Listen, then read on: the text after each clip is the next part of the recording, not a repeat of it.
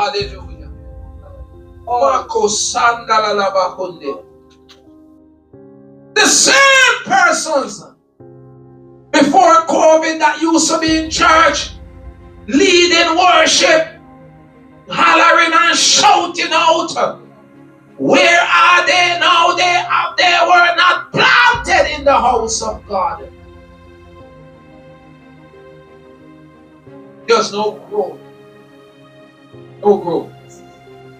Those who used to preach the word, sing the word, teach Sunday school. The new norm is that we have to now rebuild. We have to rebuild church. Isaiah 58. I want the restorer of the path. I want to be the one that will raise up the foundation in Isaiah 58 of many generations. Come on, somebody. You know what generation will lost it? We have lost the millennial generation in COVID. Let us lay aside some things that we are harboring. We are engaging and indulging in. They are not sin, minister, but they are weight. You do not run race with weight. You got to listen to me. When you're running, you got to ensure that you're light. You can't plan to run a race and sit down and eat a big meal and say, oh, I'm hungry. Fill up your belly and see what happens. And see if every one of the runner leave you behind. If God now mercy, you puke up yourself, regurgitate on yourself because you choose the wrong time. Listen, some things are weight, and for weight, then we have to lay aside. He said the weight, every weight, and also with the weight we have the sinner. Some things are not sinful, but they are weighty, and they will cause us to be weighed down, and they will cause us to lose our position and our stand with God. Little leaven. You know what a leaven is? Leaven is like yeast. You use it to rise the flour in order to have the bread where it is and to have the bread fluffy. You put the yeast in it, the leaven. So a little leaven will leaven the whole lump, will cause everything to get out of shape. Come on, somebody. So for 2023, brothers and sisters, we must look unto Jesus and don't look unto any other. All of my help is in the name of the Lord. Some trust in chariots, Psalm 20, others in horses, but we will remember the name of the Lord our God. They are brought down and fallen, but we are risen and stand upright. Save, Lord, let the King hear us when we call. We have got to learn to trust God. Look unto Jesus. I don't look to any other. When my heart is overwhelmed, I say to somebody, lead me to the rock that is higher than I. When my heart is overwhelmed, don't lead me to the bank, to the loan officer. Lead me to Jesus Christ, because I came to Jesus as I was. We were worn and sad, but I found him. a resting place, and He has made me glad. When you look unto Jesus, when you're down, He will pick you up. He will turn you around, and He will plant your feet on higher ground. Oh, somebody need to look unto Jesus. This poor man cried, and the Lord heard him, and the Lord saved and delivered him out of all his trouble. I sought the Lord, and He heard my cry. He brought me up out of an horrible pit. Oh, somebody give God a praise. The church must look unto Jesus. Take your eyes off the brother. Take your eyes off the sister. Take your eyes off the wicked word, and keep your eyes on Jesus. Oh, somebody give God a praise. If you have to put on some blinkers like a horse to stay straight, but look unto Jesus, who is the author and the finisher of our faith.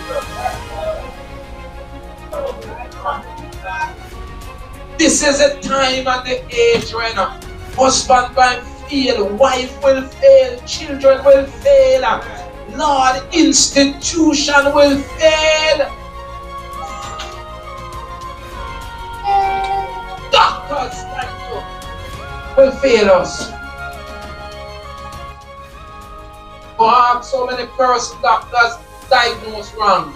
Yes. Wrong medication. Yes. But when you look to Jesus, Almighty God, when you look unto Jesus, and the reason why the writer here is saying look unto Jesus, he said, looking unto Jesus, the who is an author? An author is a writer of a novel. And listen, the book,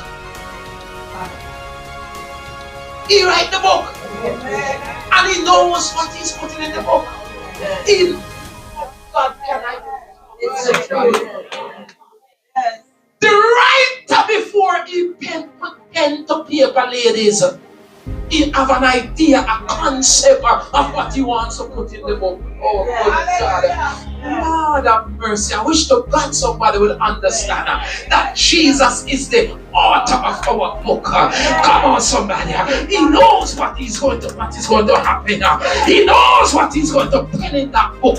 He knows what he's going to put in.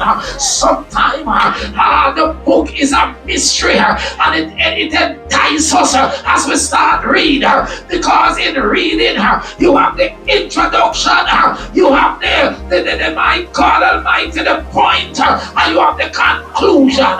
Sometimes the introduction baffles us. Sometimes the point, we just time to read the book, we just want to go further and further in the book. But you know what I love?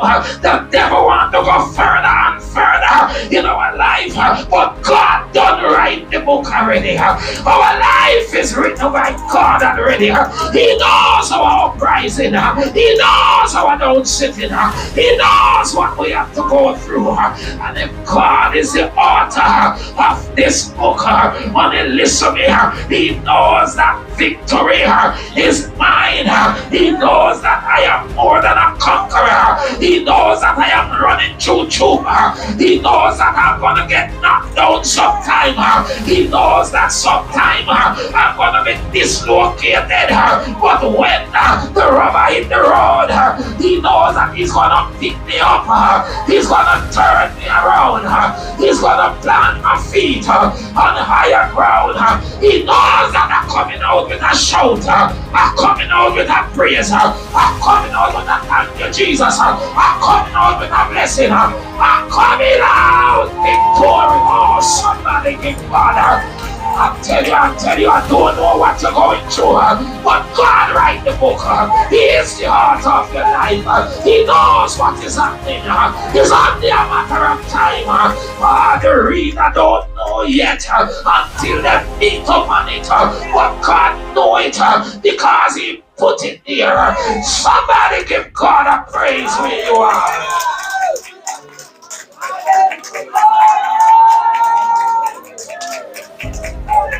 The author knows the beginning, and he knows how it's going to end. God knows your beginning, and he knows how you're going to end up. If the devil thinks some of us come backslide and become a reproach, I have news for you, devil. He saved me, that's enough. Heal me, that's enough. He feed me, that's enough. And I'm coming out. And when the dust is settled, I'm going to come out victoriously. When the dust is settled, I'm going to praise God in the midst of the storm. I'm going to praise Him louder and louder.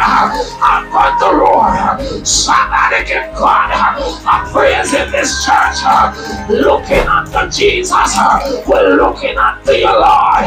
We're not taking our eyes off you because our victory is in the Lord. Somebody stand up in this house and shout, Hako Santa Mahanda.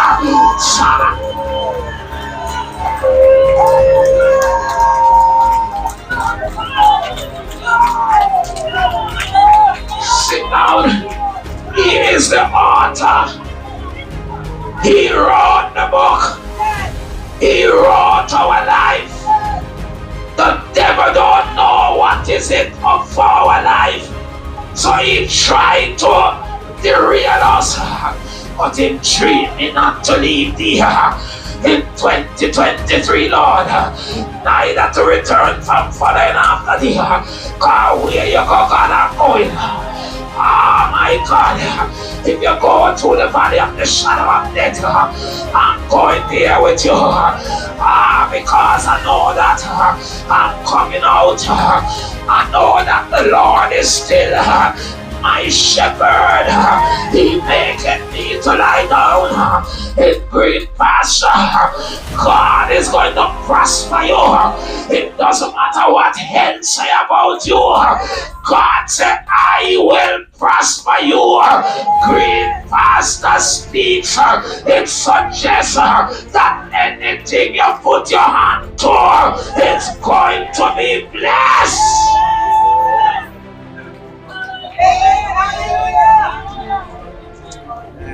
David said, yeah, no. I walk. Talk to me now, man. Yeah, man. Yeah, no, I walk what? Deacon Alex, David never say, yeah, no, I stop in the valley. Yeah, no, I walk through the valley of the shadow of death. I fear no evil. Thou art with me. Thy rod and thy staff. When I get tired, Lord God, you're going to carry me through. Somebody said, carry me over, God. Carry me through.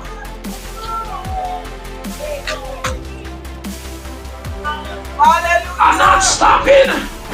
Yeah, though I walk through the valley of the shadow of death, I fear no evil, because the Lord is with me. He is my shield and my buckler. No sun will smite me by day, nor moon by night. I'm not stopping. You know how many of us would have stopped? Lord God, when COVID hit, you know how many of us, but we keep on going. Keep on going. Oh God. Sometimes you have to slow it down, but keep going. Yes. Sometimes don't be brisk walking.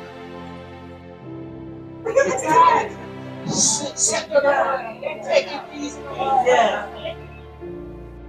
Oh, looking unto Jesus, you know, there's a patient grace this.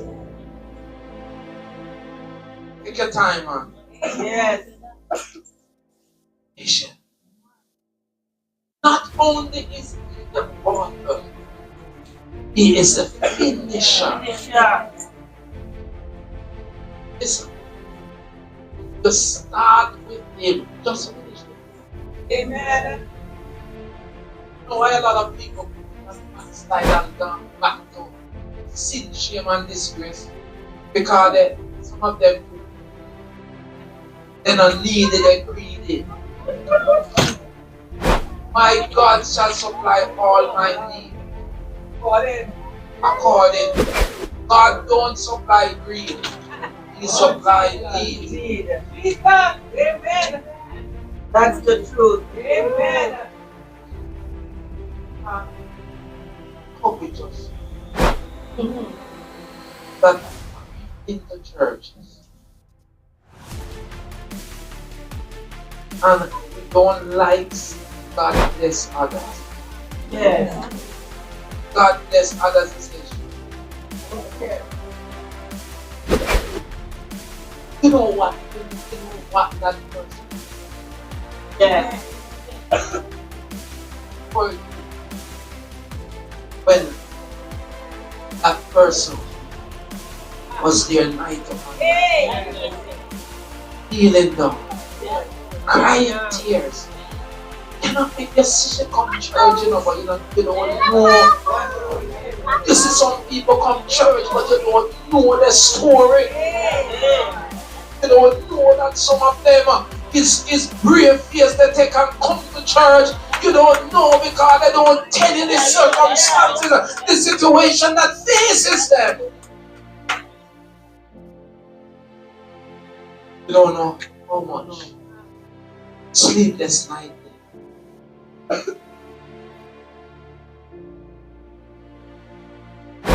You know when cold gold was there and rock stone was there. No. That's why anytime you say God blesses somebody, celebrate for them. Yes. Celebrate with them also. But instead, rejoice with them. God, you said it should. God, I should be. That should be me. And you don't know why the woman, Mary Magdalene, when she brought the alabaster box, she broke it and took the perfume, the fragrant, expensive that is set worth 1 year's salary. And even Judas wasn't concerned about it. That he was an embezzler. Wanted it to be sold for the money because he lost that money. And the woman said, listen, you don't know the cost. Listen, when you see some people worshiping and praising God, don't think that it's show they're showing off. It's full they're showing out. As when God has done some things in your life, good God Almighty, you cannot hear you to sit down quiet when God has been doing some marvelous things. Amen. Amen. Woman said, you don't know the cost of the oil. My alabaster box. So the woman said, leave me. The man said, because go, stay in Jamaica. Go work and say, no. The man said, you just let me alone and go about your business. Say, please leave me alone. You don't know the pain of it. You don't know what I have been through. But I look unto Jesus, who is the author and the finisher of my faith. Listen to me. I challenge any one of us today. Just begin to exercise faith in God. And you are going to see and realize that there is no mountain that is immovable. Amen. Amen.